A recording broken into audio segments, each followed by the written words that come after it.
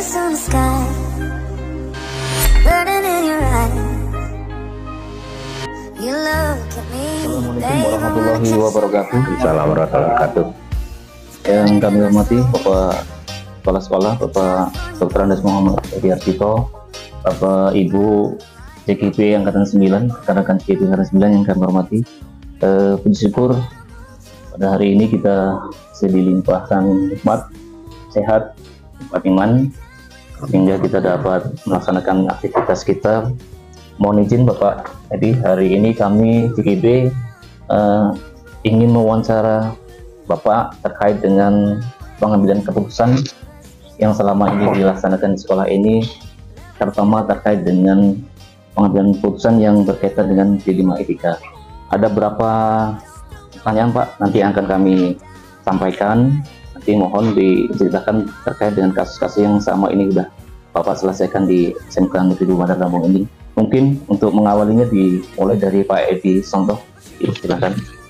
Yang pertama.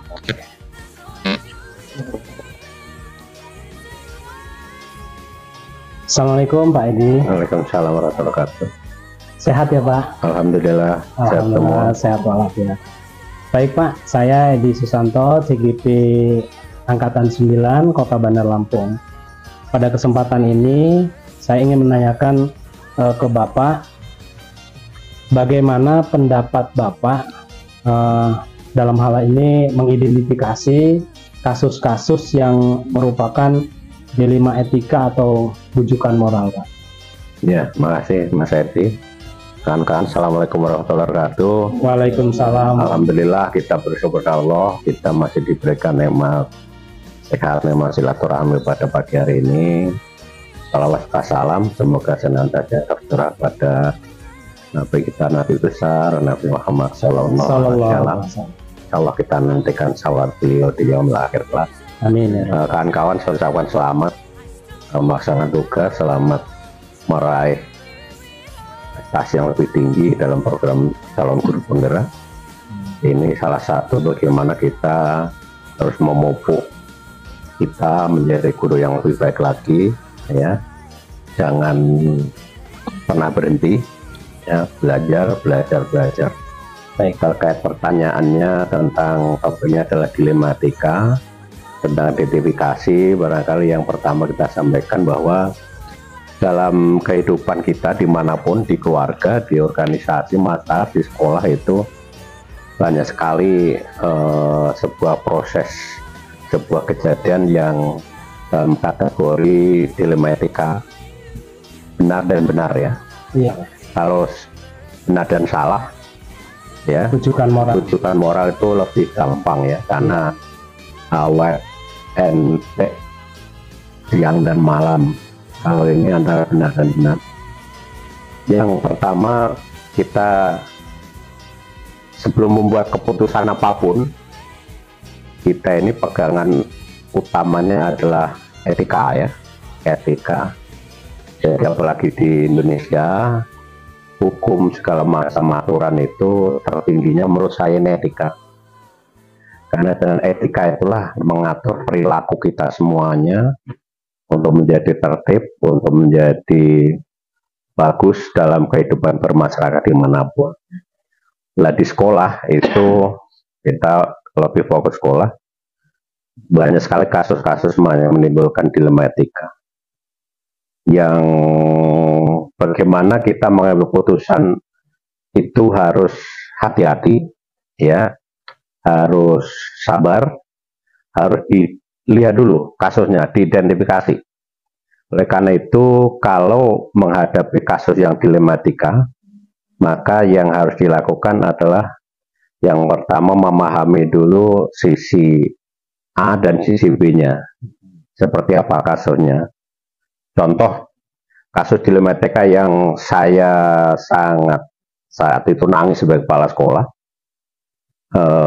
Orang tua melarang anaknya untuk sekolah. Sudut pandang orang tua benar, karena anaknya suruh cari duit, karena jualan pempek di pasar, ya. Kemudian dari sisi anak itu harus sekolah, Pada saat itu anak itu ketemu saya nangis. Saya kaget. Kenapa kamu nangis, nak? Anak laki-laki. Wah, saya dipaksa orang tua saya untuk jualan. Loh, kamu udah pakai baju begini? Iya Pak, ini saya tadi sudah cabut dari pasar, saya lapor Bapak. Masya Allah, nak, kalau yang lain-lain saya bisa bantu. Ini dilema mau etika yang sudut pandang anak benar, sudut orang tua benar. Nah, saat itu saya nggak bisa ngambil keputusan karena anak itu adalah kewenangannya orang tua. Ya, saya datangkan orang tua, beliau kekeh, memang anak saya itu harus cari duit jualan. Itu satu sisi anak itu memang pengen sekolah, tapi saya saat itu benar-benar tidak berdaya. Saya sangat sedih. Bagaimana saya nggak bisa membantu si anak itu. Itu kasus dilematika yang dalam sepanjang umur saya mungkin sangat membekas. Dan itu berat. Karena kewenangan tidak pada saya. Terus gimana, Pak? Anak? Saya tidak bisa ngambil keputusan karena itu haknya orang tua. Nah, saat itu saya kemudian lapor kepada apalah lembaga yang bisa memberikan, mendorong minimal kepada orang tua ini. Orang tua yang semacam ini apa sanksinya itu. Tapi kan sampai sekarang saya belum ketemu lembaga ini, hanya penyadaran orang tua. Ini contoh. Nah, contoh yang simpel aja, misalnya kita sebagai guru, ini yang simpel ya, sederhana. Anak-anak kita mungkin berantem lah ya, di kelas, lagi main-main, lagi guyon, satunya mungkin pengen guyon hanya kesenggol, ya. Wah, kesenggol, kemudian yang merasa disenggol mungkin marah, tuh. Kok kamu seperti itu? Padahal kan tidak sengaja. Maka begitu marah dia ngambil tindakan mungkin fisik atau mungkin membuli, ekspresi marah. Nah, satu sisi dari anak yang tidak sengaja kan namanya nggak sengaja. Ya, itu benar sudut pandang. Dari sisi yang disenggol, sudut pandangnya benar, kok kamu ini sederhana. Nah, pahami dulu si A dan si B. Oh, ternyata si anak kamu memang nggak sengaja kan? Iya, namanya nggak sengaja. Yang B, kenapa marah? Ya, saya tersakiti Pak, karena perut saya kena sikutnya kawan. Nah, marah juga, benar juga kan? Iya. Nah, itu gampang ya, mengidentifikasinya gampang bahwa ternyata dari dua kasus ini itu murni kelemahan manusia. Manusia ada sisi lemah, ya, bahwa manusia ada sisi lemah, ada sisi yang tidak sengaja, itu sisi lemah. Kemudian ada yang marah, itu juga sisi lemah. Oleh karena itu cara mengidentifikasi. Jadi jangan mengambil keputusan sebelum kita tahu permasalahan yang sebenarnya. Kira-kira seperti itu. Nah, kalau itu keputusannya gampang, ya udahlah, temanmu sendiri, udah salaman dah. Nah, apalagi kita guru harus menguasai di kelas itu. Itu yang pertama. Baik Pak, makasih Pak. Selanjutnya Pak Agus. Terima kasih Pak di atas jawabannya.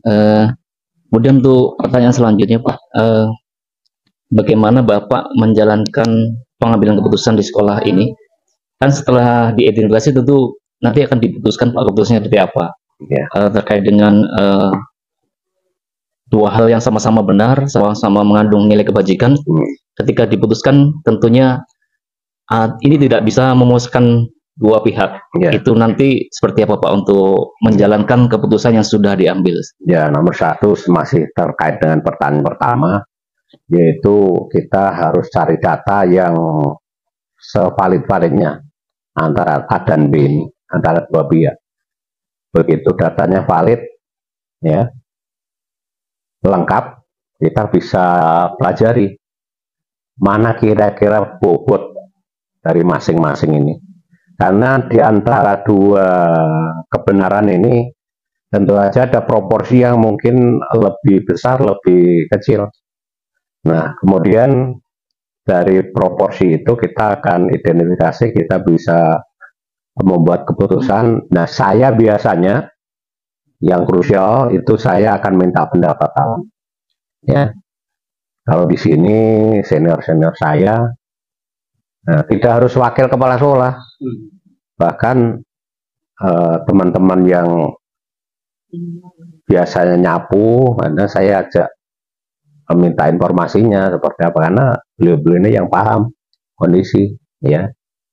Jadi jangan pernah seorang leader itu membuat keputusan sebelum datanya valid dan akurat. Jadi jawabannya adalah kita buat datanya valid, buat ditimbang mana proporsi yang kebenarannya lebih mutlak dibandingkan yang satunya. Itu pasti ada ya kebenaran mutlak. Ya. Kemudian setelah itu kalau sudah ketemu, mungkin sebelum memutuskan untuk memperkaya, itu saya biasanya meminta informasi baik formal, rapat maupun informal. Nah, saya meyakini kalau segala masalah itu termasuk dilematika itu dilakukan komunikasi yang baik, insya Allah semua nyaman. Jadi segala macam permasalahan yang ada itu karena komunikasi itu tidak dikasih akses, ya. Komunikasi itu apalagi dihambat, komunikasi itu tidak diciptakan. Jadi separah apapun lah, tapi memang dilihat kasusnya besar, komunikasinya harus pelan-pelan. Adalah kalau mau madamin api yang tinggi, filosofinya mungkin dari pinggir dulu yang kecil, ya, dari pinggir dulu yang kecil. Tidak bisa yang blok yang pusat kasusnya, karena begitu pusat kasusnya itu ada banyak faktor, ya. Mungkin ada faktor gengsi, ada faktor fiil harus dirampung. Kalau gitu langsung ke sana gagal. Jadi perlu komunikasi yang efektif. Nah, dalam komunikasi itu kuncinya adalah saling menghargai, ngewongki. Itu begitu strateginya. Terima kasih, Pak. Pertanyaan selanjutnya ke Bu Arli. Ya, luar biasa tadi kami sudah mendengarkan penjelasan tentang cara ya Pak ya untuk mengambil keputusan. Tapi kalau kami tanyakan sekali lagi Pak, biar kami bisa mendapat kesimpulan yang baik tentang langkah-langkah dan prosedur yang selama ini Bapak lakukan seperti apa Pak? Ya, mungkin bisa nyimpulkan. Jadi kalau menghadapi dilematika itu yang pertama data yang valid dan akurat. Kemudian yang kedua mendapatkan informasi tambahan, literasi tambahan di berbagai sumber yang relevan, yang sesuai dari siapapun, bisa dari wakil, dari tajud, dari guru, dari Mas Dani dan lain-lain. Kemudian akan ditimbang proporsi kemutlakan dari kebenaran itu, ya, proporsinya mana yang lebih tinggi, mana yang lebih rendah. Nah, yang berikutnya diambil keputusan, tetapi harus dikomunikasikan dulu. Jadi katakanlah komunikasi keputusan itu sifatnya formal, ya, tetapi sebelumnya informal itu sudah tahu keputusannya. Seperti di sini ya, kalau rapat mau kelulusan itu, saya tidak mau di kelulusan itu pleno bertele-tele sampai tengah malam, ngapain? Itu strategi komunikasinya harus kita cari. Harus rapat sub dulu di ini, ya, mana sih yang anak yang memang bisa dibantu, kalau tidak bisa dibantu alasannya apa, wali kelas aja yang ini.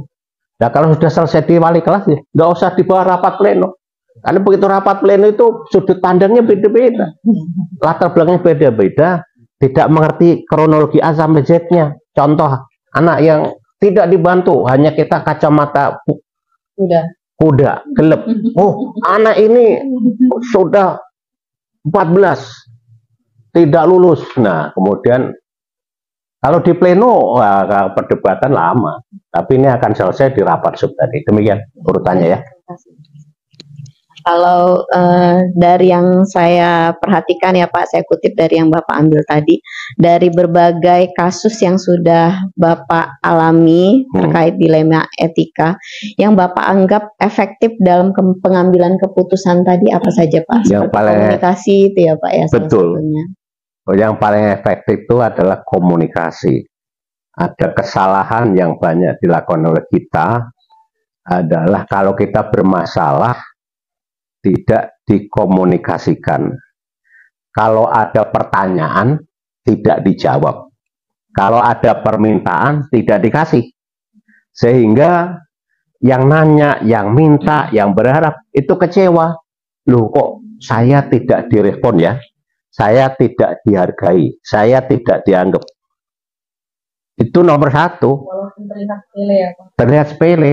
Sangat manusiawi ya Pak. Ya saya misalnya ada kan bocor, mana kalau saya respon, ini kan bocor, yo Mas Kris. Jadi itu ngewongki, memanusiakan bahwa siapapun yang nanya itu dijawab oleh pimpinan.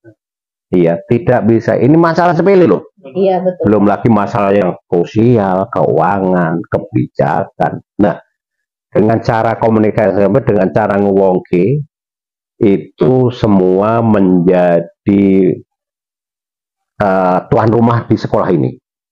Semua menjadi tuan rumah, tidak ada merasa yang menjadi tamu. Begitu menjadi tuan rumah, semuanya pengen ayo. Nah ini yang terus kita gelorakan.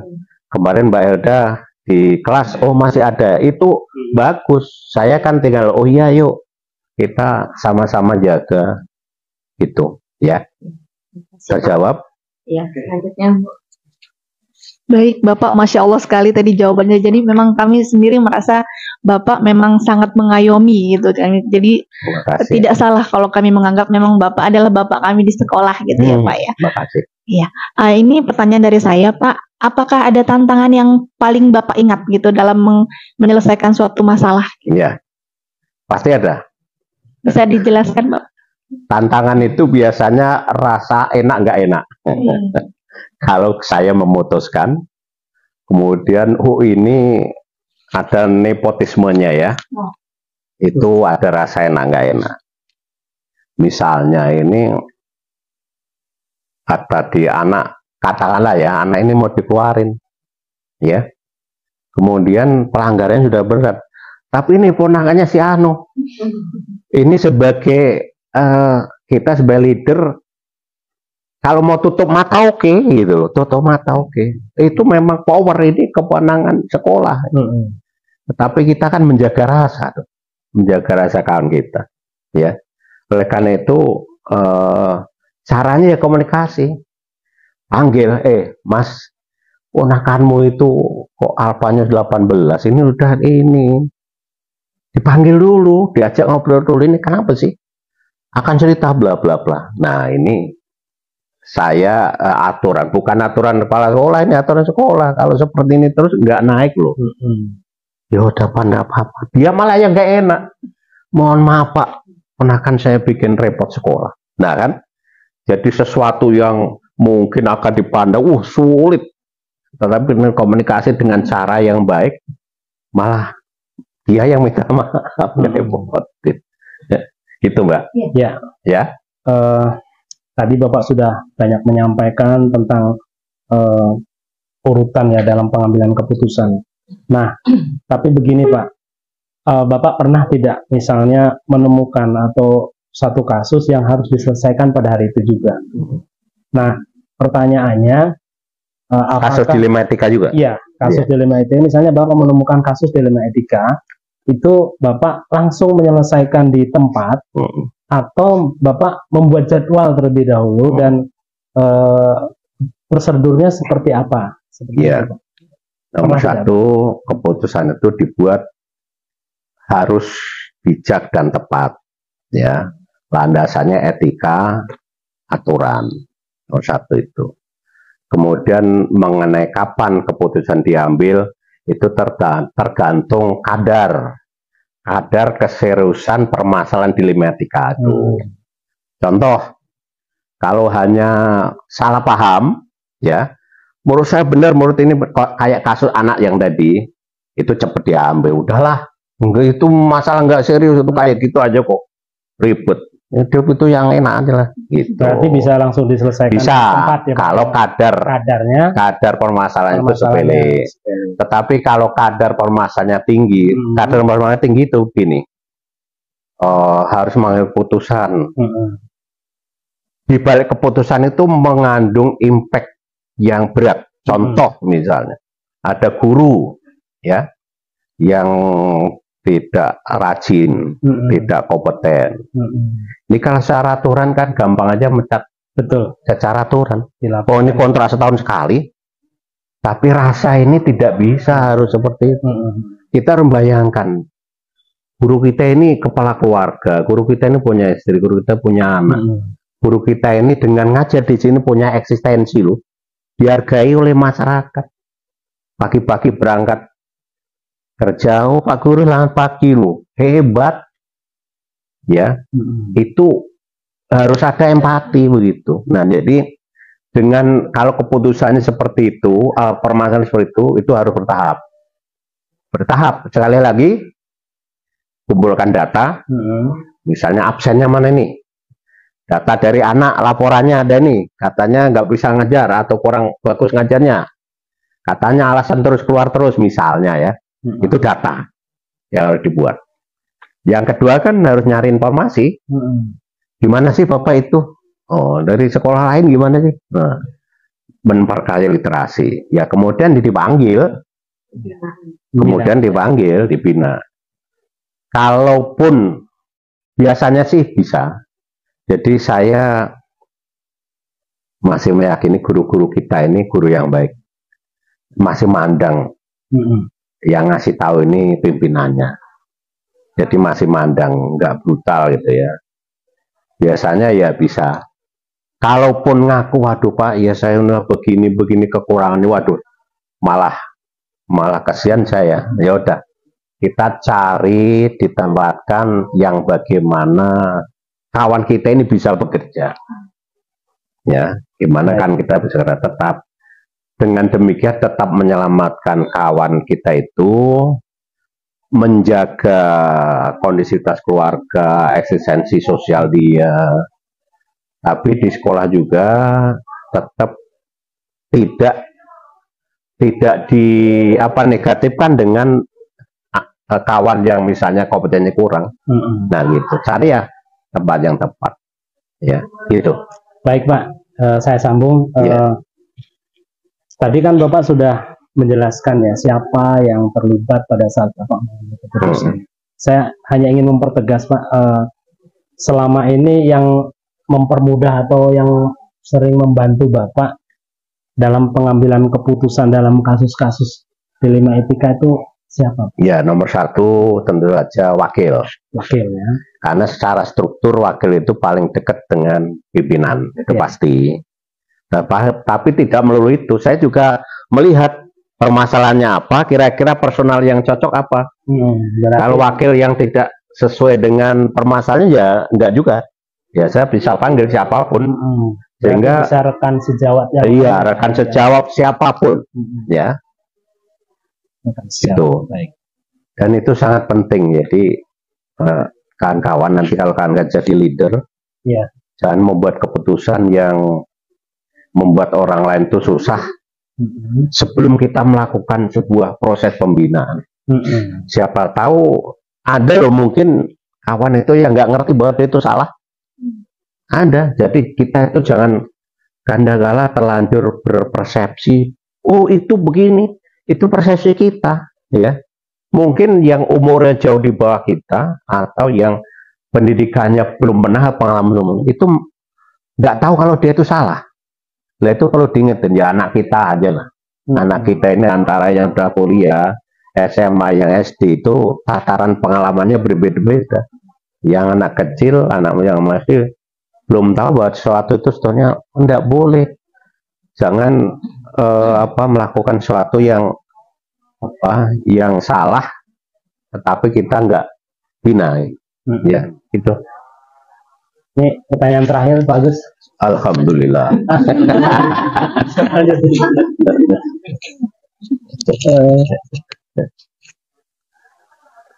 Baik Pak, Alhamdulillah ini kita masuk ke penghujung. Jadi dari semua tadi yang Bapak paparkan dari awal hingga akhir tadi di pertanyaan yang ketujuh.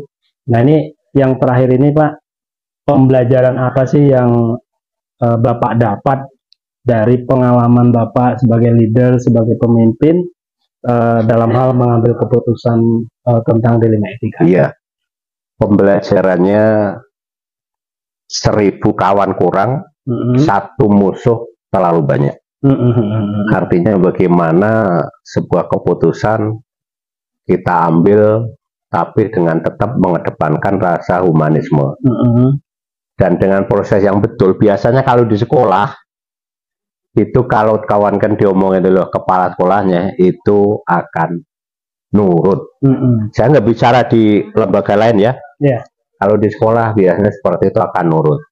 Itu jadi intinya kita sebagai leader jangan merasa punya power, full power. Enggak. Ya leader itu hanya sifatnya melayani, mengkoordinasikan, kemudian membimbing, mengarahkan, mengevaluasi untuk mencapai tujuan. Apa artinya seorang kepala sekolah kalau penjenengan nggak ada? Mas Dani, Mas Warjani nggak ada, Mas Pak Topeng nggak ada, nggak bisa jalan, ya.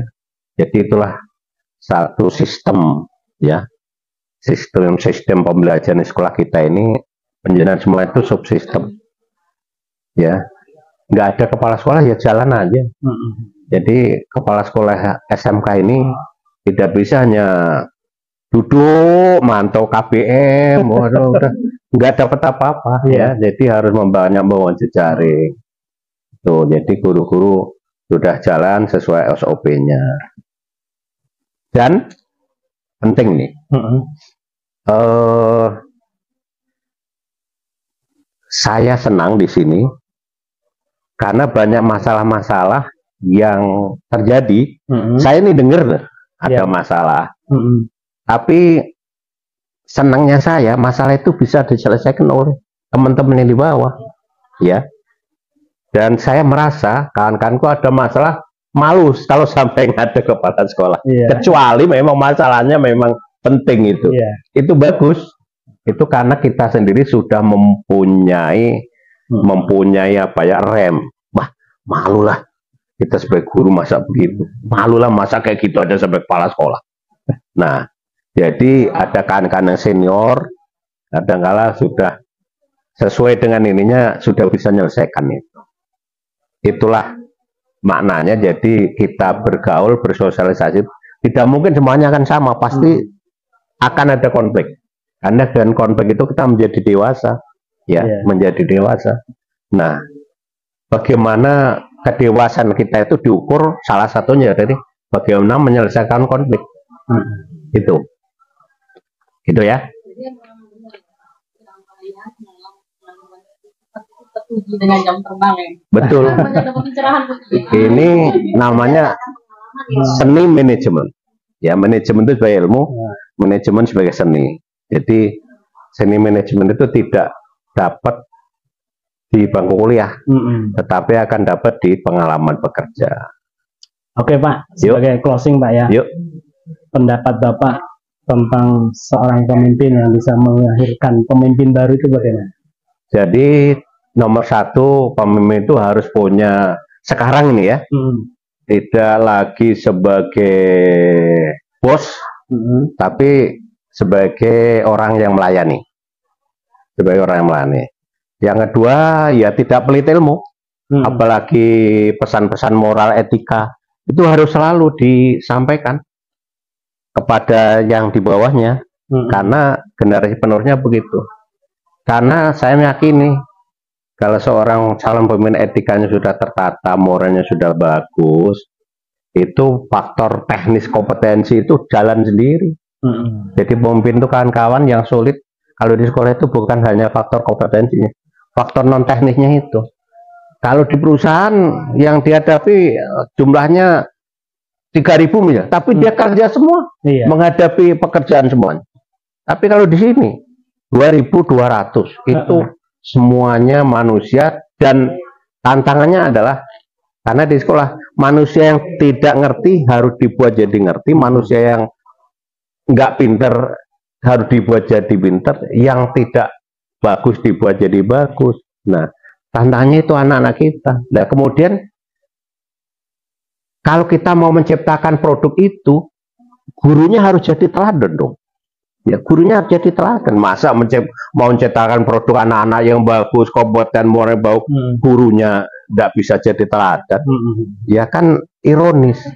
Gurunya begitu, ya pimpinannya dong. Tidak bisa, pimpinannya tidak bisa jadi teladan. Gitulah. Tapi itu semuanya konsep ya, visi kita.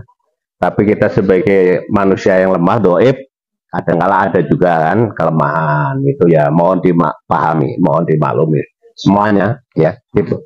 Baik, terima kasih Pak Edi atas waktu dan kesempatannya telah menerima kami dari kawan-kawan CGP Angkatan 9 dari SMK 2 Bandar Lampung.